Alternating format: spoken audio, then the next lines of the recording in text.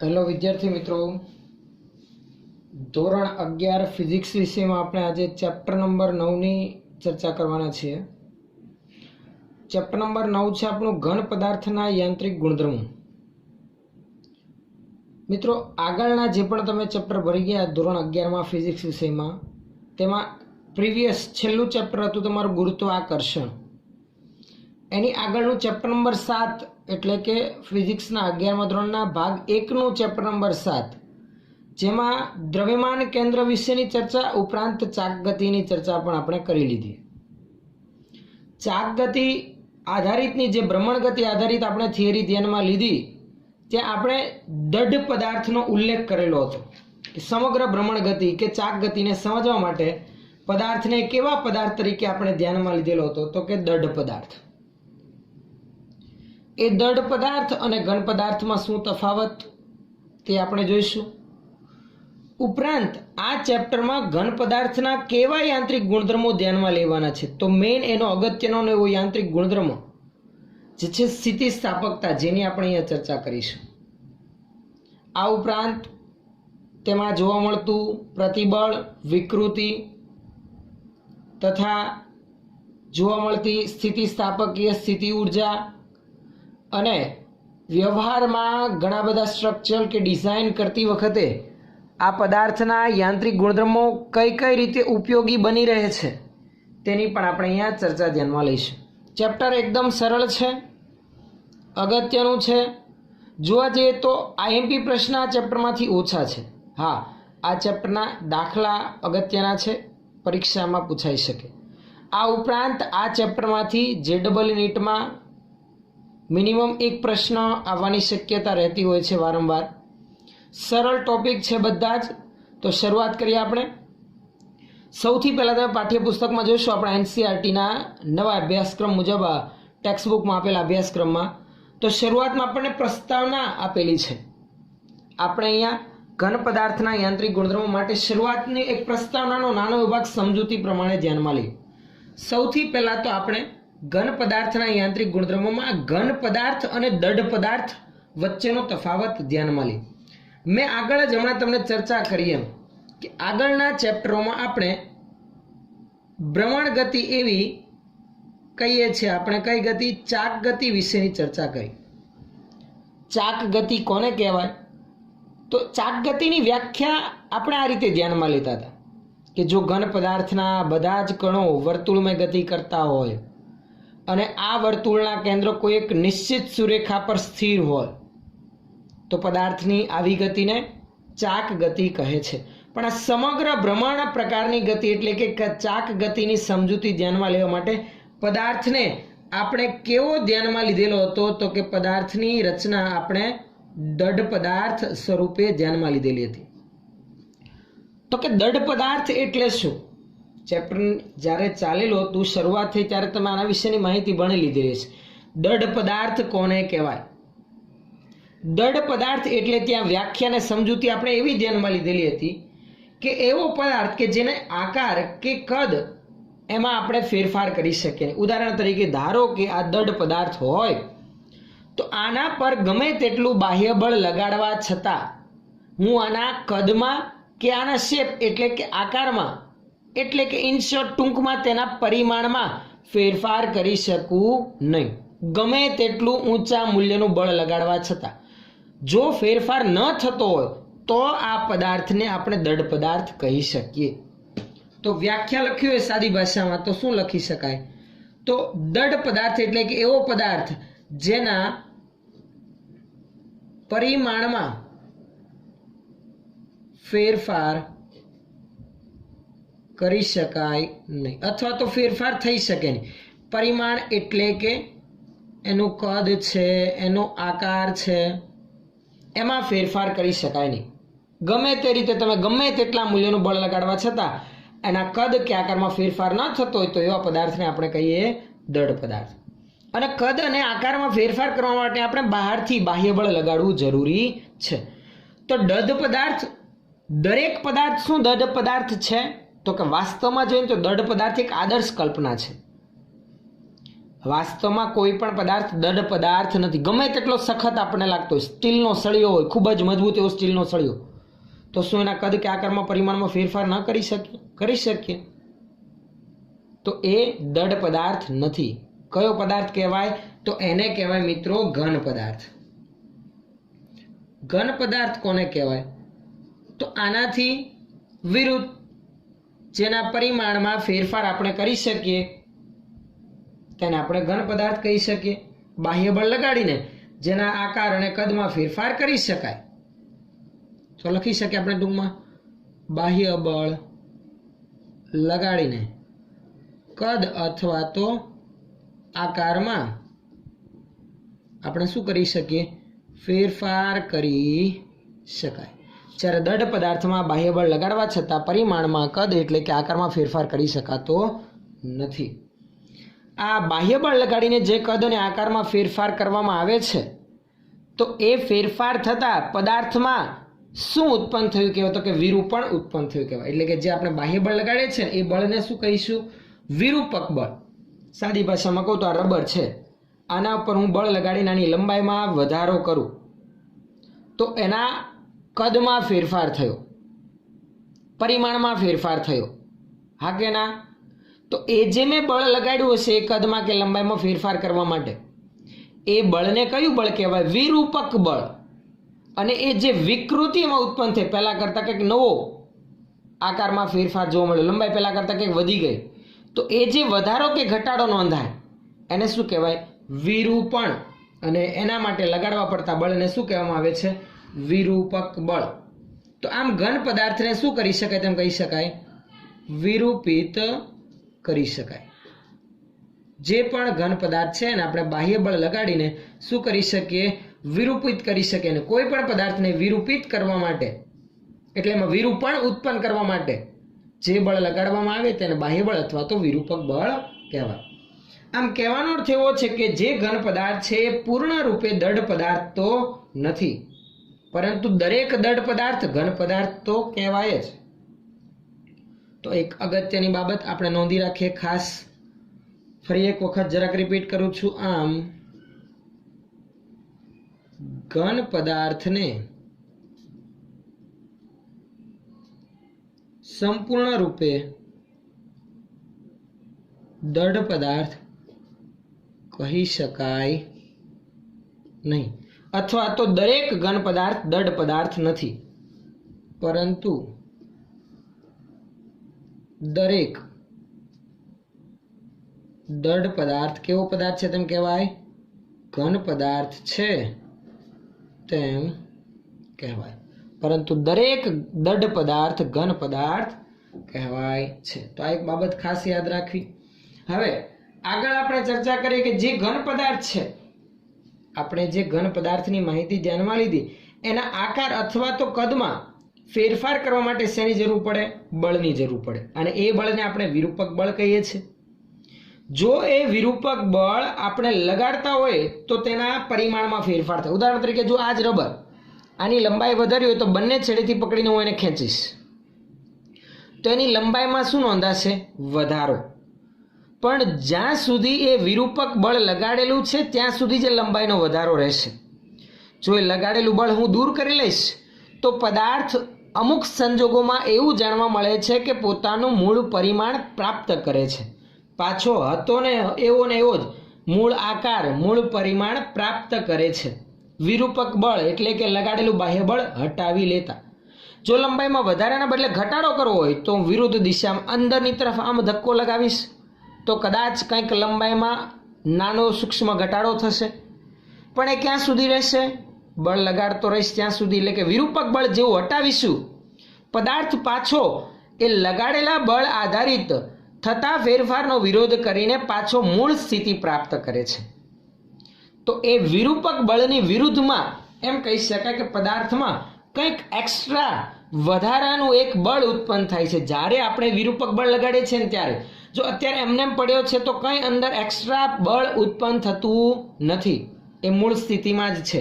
પણ જેવું વિરૂપક બળ લગાડીશું અને લગાડેલું બળ હટાવી લઈશું, પદાર્થમાં એ ઉત્પન્ન થતું વધારાનું એવું આંતરિક બળ, જેને એમ કહી શકાય પુનઃસ્થાપક બળ, મૂળ સ્થિતિમાં પાછું ખેંચતું એવું બળ ઉત્પન્ન થાય છે, જે તેને મૂળ પરિમાણ પ્રાપ્ત કરાવે છે. આ જે પદાર્થનો ગુણધર્મ છે, આ એનો કંઈક આંતરિક ગુણધર્મ કહેવાય. આ જે ગુણધર્મ છે તેને શું કહેવામાં આવે છે? સ્થિતિસ્થાપકતા કહે છે. શું કહેવાય? સ્થિતિસ્થાપકતા. નાની એવી સમજૂતી માટે આપણે ટૂંકમાં લખવું તો લખી શકાય કે કોઈ પણ એવો ઘન પદાર્થ છે જેને વિરૂપિત કરવો હોય, ધારો કે આ છે ઘન પદાર્થ, એને વિરૂપિત કરવો હોય તો શું કરવું પડે? બાહ્ય એવું બળ લગાડવું પડે. એટલે એમ લખી શકાય આકાર અથવા તો કદમાં ફેરફાર કરવા વિરૂપક બળની શું પડે? જરૂર પડે. અને વિરૂપક બળ લગાડતા પદાર્થમાં શું ઉત્પન્ન થાય? વિરૂપણ ઉત્પન્ન થાય. અને જો લગાડેલું વિરૂપક બળ હું હટાવી લઉં તો પદાર્થ પોતાનો મૂળ આકાર કે પરિમાણ પ્રાપ્ત કરે છે. આ ગુણધર્મને કહેવાય તેની સ્થિતિસ્થાપકતા. તો વ્યાખ્યા લખી રાખીએ. ખાસ ખૂબ જ અગત્યની એવી બાબત નોંધી રાખું છું, ધ્યાન આપજો. વ્યાખ્યા શું બનશે? પદાર્થના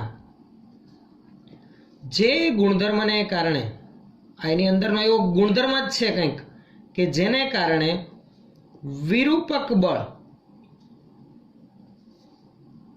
દૂર કરતા તે પોતાનો મૂળ આકાર અને બીજું શું કહી શકાય? પરિમાણ પુનઃ પ્રાપ્ત કરે છે. વિરૂપક બળ દૂર કરતા તે પોતાનો મૂળ આકાર અથવા તો પરિમાણ પુનઃ પ્રાપ્ત કરે છે. આ ગુણધર્મને શું કહેવામાં આવે છે? સ્થિતિસ્થાપકતા કહે છે. શું કહેવાય? સ્થિતિસ્થાપકતા કહે છે. તો એક અગત્યનો અને આગવો ગુણધર્મ પદાર્થનો, ઘન પદાર્થનો, જેને શું કહેવામાં આવે છે? સ્થિતિસ્થાપકતા. કે વિરૂપક બળ દૂર કર્યા બાદ જે તેનો મૂળ આકાર અને પરિમાણ પુનઃ પ્રાપ્ત કરે છે, એ આંતરિક એવા ગુણધર્મને કહેવામાં આવે છે સ્થિતિસ્થાપકતા. અને આ ઉદ્ભવતા વિરૂપણને શું કહેવામાં આવે? સ્થિતિસ્થાપક વિરૂપણ. એટલે જ્યારે હું બળ લગાડતો હતો ત્યારે જે લંબાઈમાં વધારો થયો હતો, કંઈક વિરૂપણ ઉત્પન્ન થયું હતું, એ વિરૂપણને કહેવાય સ્થિતિસ્થાપક વિરૂપણ. લખી રાખીએ તથા ઉદ્ભવતા વિરૂપણને સ્થિતિસ્થાપક વિરૂપણ કહે છે. તો દરેક પદાર્થમાં સ્થિતિસ્થાપકતાનો ગુણધર્મ એક સરખો હોતો નથી. ઉદાહરણ તરીકે આપણે વાત કરીએ, ચાલો આ રબર છે, આ પેન છે, આ પ્લાસ્ટિક એવા મટીરિયલની બનેલી છે, જ્યારે આ કોઈ ઇલાસ્ટિક એવા પદાર્થનું બનેલું છે. જરાક ધ્યાન આપજો. બંનેમાં હું એક સરખું બળ લગાડીશ તો આપણને સ્વાભાવિક રીતે ખબર છે આની લંબાઈમાં ફેરફાર આપણે અનુભવી શકીએ છીએ, જોઈ શકીએ છીએ. જ્યારે આમાં એટલા જ મૂલ્યનું બળ વિરુદ્ધ દિશામાં લગાડતો હોય તો લંબાઈનો વધારો દેખાતો નથી. કદાચ થતો હશે એકદમ સૂક્ષ્મ, પણ એટલી બધી માત્રામાં નથી થતો જેટલો રબરમાં જોવા મળે છે. અને જો એ લગાડેલું બળ અમુક હદ કરતાં વધુ લગાડીએ તો આપણે એવું પણ અનુભવીએ છીએ કદાચ આ પેન તૂટી પણ જાય, જ્યારે રબર તૂટતું નથી પણ લંબાઈમાં વધારો થાય છે. અને લગાડેલું બળ હટાવી લેતા રબર તેના મૂળ સ્થાનને 100% કદાચ પ્રાપ્ત કરતું હોય તો આ પેનની લંબાઈ જે વધી પછી અમુક માત્રામાં એમની એમ જ રહેતી હોય છે. એટલે સંપૂર્ણપણે તેનો મૂળ આકાર પ્રાપ્ત ન પણ કરતું હોય. તો દરેક પદાર્થમાં સ્થિતિસ્થાપકતાનો ગુણધર્મ હોય જ, પરંતુ વધતા ઓછા પ્રમાણમાં. ઉદાહરણ તરીકે રબર ને બીજો સ્ટીલનો સળિયો હોય તો આપણે વિરૂપક બળ લગાડીએ તો સ્ટીલના સળિયાની લંબાઈમાં પણ ફેરફાર થશે, પણ એ ઓછો થશે, જ્યારે આની લંબાઈમાં પ્રમાણમાં વધુ ફેરફાર થશે. અને લગાડેલું વિરૂપક બળ હટાવી લઈશું તો આ મૂળ સ્થાન પ્રાપ્ત કરશે અને સ્ટીલનો સળિયો પણ કદાચ ઘણા અંશે મૂળ સ્થાન પ્રાપ્ત કરશે. હા, પછી લગાડેલા વિરૂપક બળની માત્રા ઉપર આધારિત છે. જો ખૂબ જ વધારે માત્રામાં લગાડવામાં આવે, અમુક લિમિટ કરતાં પણ વધુ, કે જેના લીધે પદાર્થ પર લગાડેલું વિરૂપક બળ દૂર કર્યા બાદ પદાર્થનું પરિમાણ હતું એનું પ્રાપ્ત ન પણ થાય, તો એની ચર્ચા પણ આગળ જતાં આપણે કરીશું. કે પ્રતિબળ વિરુદ્ધ વિકૃતિનો એક આલેખ છે. આપણે અગત્યનો ટોપિક જેમાં આપણે એની ચર્ચા કરીશું કે પદાર્થમાં ઉદ્ભવતા પ્રતિબળ અને વિકૃતિનો સંબંધ કેવા પ્રકારનો હોય છે. પણ અત્યારે આપણે સ્થિતિસ્થાપકતાના ગુણધર્મની જ વાત કરવાની છે. તો ખ્યાલ આવી ગયો સ્થિતિસ્થાપકતા કોને કહેવાય અને તે દરમિયાન ઉદ્ભવતા વિરૂપણને શું કહેવાય? સ્થિતિસ્થાપક વિરૂપણ કહે છે. ચલો એવા પદાર્થોની વાત કરીએ કે જેમાં વિરૂપક બળ લગાડેલું હટાવી લેતા પદાર્થમાં વિરૂપણ ઉત્પન્ન થઈ જાય ને પદાર્થ પછી આજીવન તેવો ને તેવો જ રહે.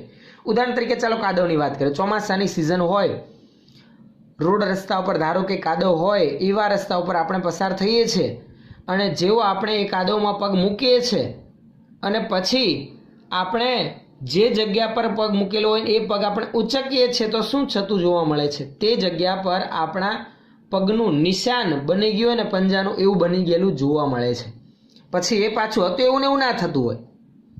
ટૂંકમાં કાદવ છે તો એ કેવો પદાર્થ છે કે એવો પદાર્થ કે લગાડેલું બાહ્ય બળ કે વિરૂપક બળ દૂર કરતા મૂળ આકાર પ્રાપ્ત થતો નથી. એ કાયમી એવું ને એવું જ રહે છે, વિરૂપિત જ રહે છે. આવા પદાર્થને પ્લાસ્ટિક પદાર્થો કહેવામાં આવે છે. તો હજુ એક અગત્યની બાબત ખાસ નોંધી રાખું છું, ધ્યાન આપજો બરાબર, જેની આપણે વાત કરીએ. ઉદાહરણ એક અહીં આપેલું છે ટેક્સ્ટબુકમાં તમને કાદવનું, કે એવો પદાર્થ કે જેમાં લગાડેલ વિરૂપક બળ, લખી રાખીએ, લગાડેલ વિરૂપક બળ દૂર કરતા પદાર્થ મૂળ આકાર પ્રાપ્ત કરતો નથી, આજીવન પછી તેઓ ને તેવો જ રહેતો. તો એવા પદાર્થને કેવો પદાર્થ કહેવામાં આવે છે? પ્લાસ્ટિક પદાર્થ કહે છે. લખી રાખીએ, કાયમી વિરૂપિત થઈ જતો હોય. શું થઈ જતો હોય? કાયમી વિરૂપિત થતો હોય. આવા પદાર્થને કયો પદાર્થ કહેવાય?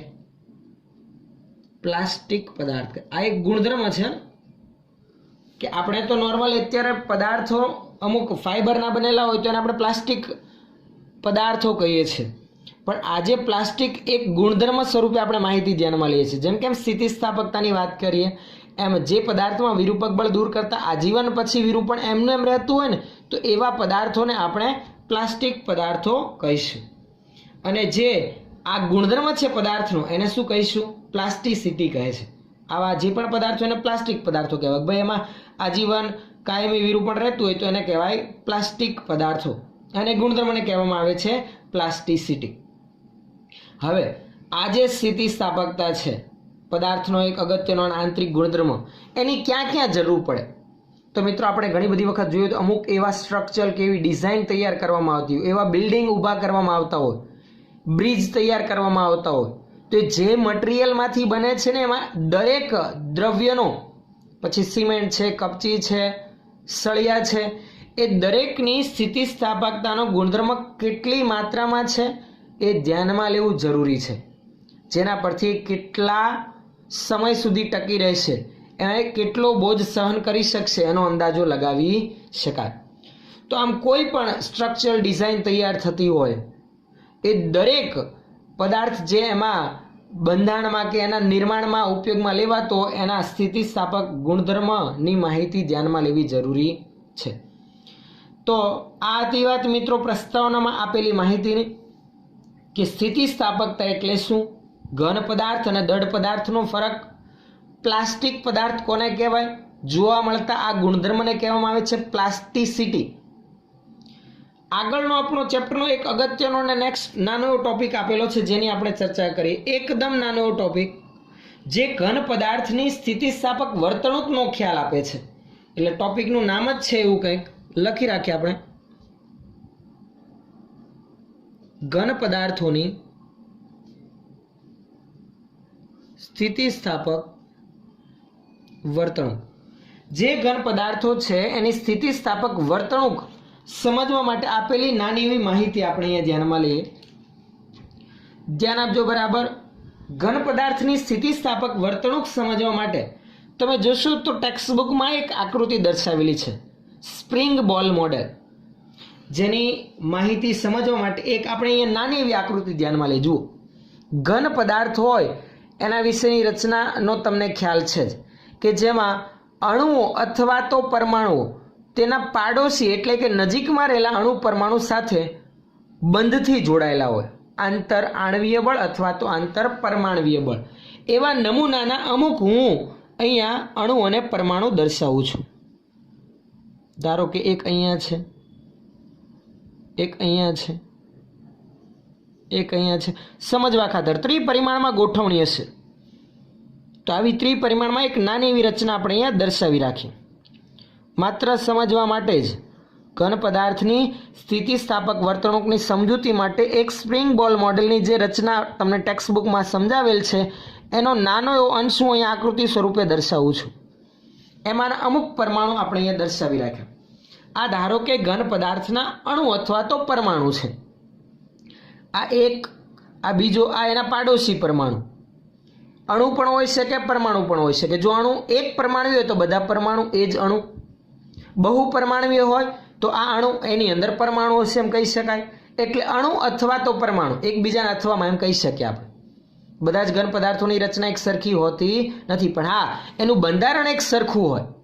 તો જુઓ, આ એના અણુ કે પરમાણુ જે છે એના પાડોશી પરમાણુથી ઘેરાયેલો. જો એક છે તો એની આજુબાજુમાં ત્રિપરિમાણમાં ગોઠવણી હોય. હું સેન્ટરમાં એક ધ્યાનમાં લઉં તો એક ઉપર, એક નીચે, ડાબી બાજુ, જમણી બાજુ, એ રીતે આગળ અને પાછળ, એમ ચારે તરફ એના પાડોશી એના જેવા જ અણુ અથવા તો પરમાણુથી એ ઘેરાયેલો હોય. પણ એ અણુ કે પરમાણુ એના પાડોશી પરમાણુઓ સાથે બંધથી જોડાયેલો હોય, બળથી જોડાયેલો હોય, જેને સહસંયોજક બંધ પણ કહેવાય. પણ બધા પદાર્થમાં જોવા મળતા બંધ એક સરખા નથી હોતા. પણ એ અણુ અને પરમાણુ વચ્ચેનું જે બળ હોય એ બળને આંતર આણવીય અથવા તો આંતર પરમાણવીય બળ કહેવાય. તો ઘન પદાર્થની સ્થિતિસ્થાપક વર્તણૂકને સમજવા માટે આપણે આ આડોશ પાડોશના રહેલા અણુ પરમાણુને એક બોલ સ્વરૂપે રજૂ કરીશું અને તેમની વચ્ચે લાગતા બળને આપણે એક સ્પ્રિંગ આધારિત રચના દર્શાવીશું. જુઓ, તેમની વચ્ચેનું આંતર આણવીય બળ કે પરમાણવીય બળ એક સ્પ્રિંગ વડે દર્શાવીએ. આ સ્પ્રિંગ એટલે કે તેમની વચ્ચે લાગતું એક બળ, બીજું કંઈ જ નથી. હા ને? તો એમની વચ્ચેના બળને આપણે એક સ્પ્રિંગ સ્વરૂપે રજૂ કરી. દરેક તેના પાડોશી પરમાણુ સાથે કે અણુ સાથે એવા આંતર પરમાણવીય કે આંતર આણવીય બળથી જોડાયેલા છે. અને એ બળ એટલે કે અહીંયા શું રજૂ કરે છે? સ્પ્રિંગની રચના રજૂ કરે છે, બીજું કંઈ જ નથી. આ સ્પ્રિંગ એટલે સમજવું, બંને વચ્ચે લાગતું બળ.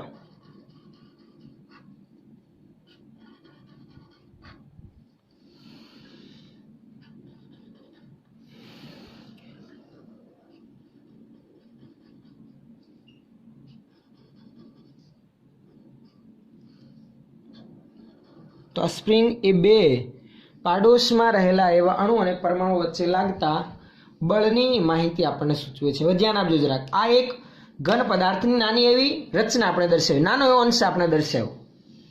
તો હું અહીંયા જરાક માહિતી ખાતર દર્શાવી રાખું છું કે આ જે ડોટ કે બોલ છે એ બોલ એટલે કે શું છે? તો કે અણુ ઘન પદાર્થનો અથવા તો શું છે કહી શકાય? પરમાણુ. જ્યારે જે સ્પ્રિંગની રચના છે એ સ્પ્રિંગ શું સૂચવે છે? તેમની વચ્ચે લાગતું આંતર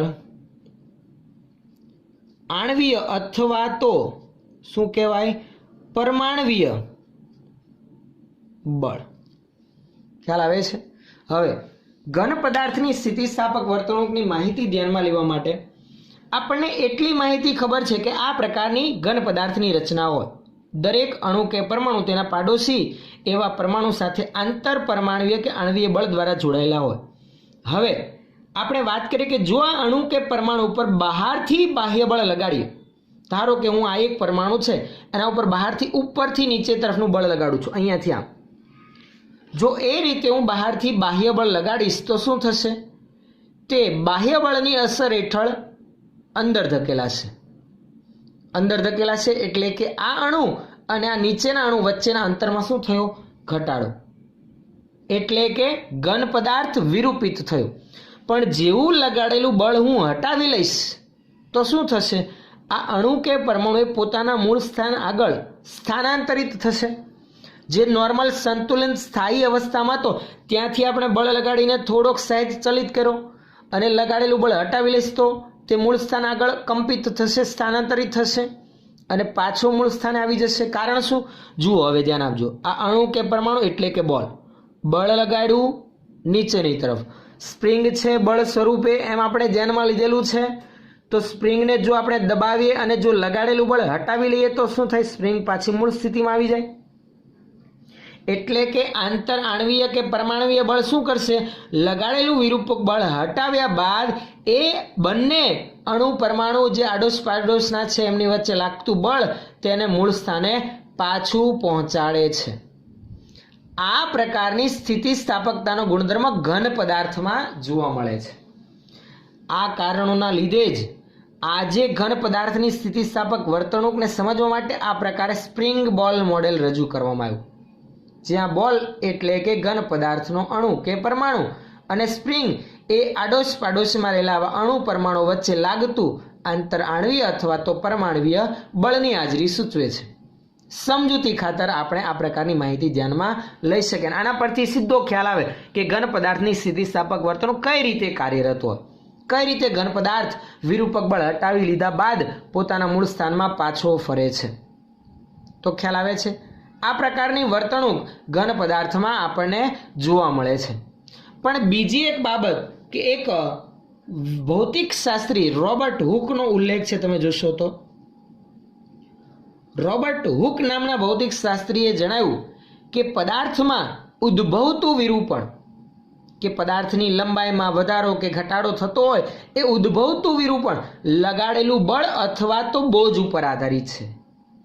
કહેવાનો અર્થ શું? સમજો. ચાલો, આ પદાર્થ છે, આના ઉપર હું બહારથી જેટલું વધુ માત્રામાં બળ લગાડીશ એટલું એમાં વિરૂપણ વધુ ઉત્પન્ન થશે. એ તો સ્વાભાવિક છે ને? હા કે ના? બળ અથવા તો બોજ એટલે કે જો આ રબર છે એના ઉપર 2 કિલો આપણે દળ મૂકેલું હોય અને પછી 500 કિલોગ્રામ દળ મૂકીએ તો રબરના પરિમાણમાં જોવા મળતો ફેરફાર એટલે કે વિકૃતિ અથવા તો કહી શકાય વિરૂપણ, એનો આધાર ઉપર લગાવેલા બોજ ઉપર જ છે. જેટલું વધારે મૂકીશું તેટલું વધુ વિરૂપિત થશે, ઓછું મૂકીશું તો ઓછું વિરૂપિત થશે. તો એણે રોબર્ટ હુક નામના ભૌતિક શાસ્ત્રીએ તારણ કાઢી મૂક્યું કે આના પરથી કે કોઈ પણ પદાર્થ હોય એના પર જેટલું વધુ બળ લાગશે એટલું વધુ વિરૂપણ ઉત્પન્ન થશે. એટલે પદાર્થ પર લાગતું બળ, બાહ્ય બળ, એ કોના સમપ્રમાણમાં હોય? પદાર્થમાં જોવા મળતા વિરૂપણના સમપ્રમાણમાં હોય. અને આ જ માહિતી આધારિત રોબર્ટ હુક નામના ભૌતિક શાસ્ત્રી એક હુકનો નિયમ રજૂ કર્યો કે જે પ્રતિબળ અને વિકૃતિ વચ્ચેનો સંબંધ રજૂ કરે છે. કોઈ પણ ઘન પદાર્થ માટે નાના એવા વિરૂપણ માટે આ બળ અને વિરૂપણ સમપ્રમાણમાં હોય તે રજૂ કરેલ માહિતી હુકના નિયમ સ્વરૂપે આપણે આ જ ચેપ્ટરમાં આગળની થિયરીમાં ધ્યાનમાં લઈશું. તો આટલે સુધીની માહિતી દરેક વિદ્યાર્થી મિત્રોને ક્લિયર હશે. મેં અહીંયા ઘન પદાર્થની સ્થિતિસ્થાપક વર્તણૂકમાં માત્ર એક સ્પ્રિંગ મોડેલ જ રજૂ કરેલ છે અને મિત્રો સમગ્ર માહિતી આકૃતિ પરથી આપણને ખ્યાલ આવી જાય છે. જો ધારો કે એક્ઝામમાં એવું પૂછેલું હોય ઘન પદાર્થની સ્થિતિસ્થાપક વર્તણૂક માટે સ્પ્રિંગ બોલ મોડેલની માહિતી રજૂ કરો, તો આપણે ટેક્સ્ટબુકમાં આપેલ આખી મોટી આકૃતિ દર્શાવવાના બદલે આટલો નાનો એવો ત્રિપરિમાણમાં સમઘન જેવો ભાગ દર્શાવે ને તો પણ ચાલે. ખ્યાલ આવે છે? અને એનું વર્ણન, શાબ્દિક વર્ણન જે પ્રમાણે આપણે માહિતી ધ્યાનમાં લીધી એ રીતે તમારા શબ્દોમાં તમે લખી શકો છો. જરૂરી નથી કે ટેક્સ્ટબુકના જ સીધા વડા, આપણા શબ્દોમાં આપણે લખી શકીએ છીએ. તો આ હતી મિત્રો ઘન પદાર્થની સ્થિતિસ્થાપક વર્તણૂક અંગેની માહિતી. નેક્સ્ટ જ્યારે આપણે પાછા મળીશું ત્યારે ચેપ્ટરનો ખૂબ જ અગત્યનો એવો ટોપિક પ્રતિબળ અને વિકૃતિ વિશેની માહિતી ધ્યાનમાં લઈશું. જે પણ આપણે ચેપ્ટરમાં વિડીયો લેક્ચરમાં ભણીશું તેની PDF નોટ તમને આ વિડીયોના નીચે ડિસ્ક્રિપ્શનમાં લિંક સ્વરૂપે મળી જશે, જેના પરથી તમે એની PDF નોટ ડાઉનલોડ કરી શકશો. બરાબર છે? તો આપણે અહીંયા સુધી અટકાવીએ.